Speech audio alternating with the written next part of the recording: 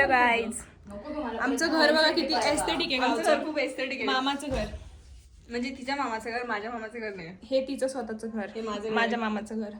आणि बोलण्यावरून कळून येतं ही मामाची पोरगी आहे. येस. आणि हे बघा इथे चूल आहे आमच्याकडे.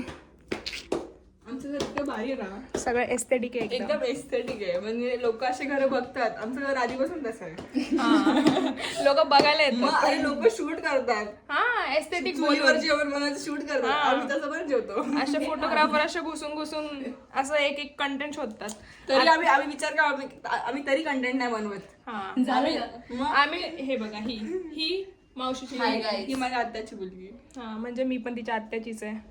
तर आम्ही पाहुणे तिच्या आहेत. आत्याची नाहीयेस. तुझ्या आत्याची आहे हो, माझ्या आत्याची मुलगी. का? आम्ही पाहुणे आहेत. आणि कोणी म्हणेल की ही माझ्यापेक्षा लहान आहे. हे दिसते मी लहान. नाही तू दिसते छान लहान. बोलते किती एक्स्ट्रा बोलायला आलं पाहिजे. हाय बोल. हाय.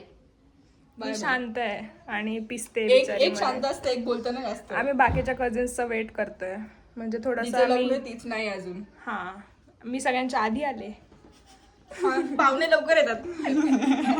ते असतात ना पाहुणे, सगळ्या कार्यक्रमाला पहिले पोचलेले असतात, ते असेच असतात. हा आम्हाला यांनी खायला दिलं आज तरी. उद्याचं बघू. उद्या स्वतः बनवून खा. आपण जाऊया यार, थांब एक मिनिट, ब्लॉग बंद करू.